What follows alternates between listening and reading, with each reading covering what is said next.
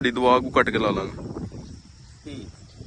نبی کریم علیہ الصلوۃ والسلام نے ارشاد فرمایا اصبحنا واصبح الملک للہ رب العالمین، ہم نے بھی صبح کی اور اللہ کی اس ساری کائنات نے صبح کی۔ اور پھر نبی کریم علیہ الصلوۃ والسلام اللہ سے دعا کیا کرتے تھے اللہم انا نسألک خیر ھذا اليوم، اے اللہ میں تجھ سے اس دن کی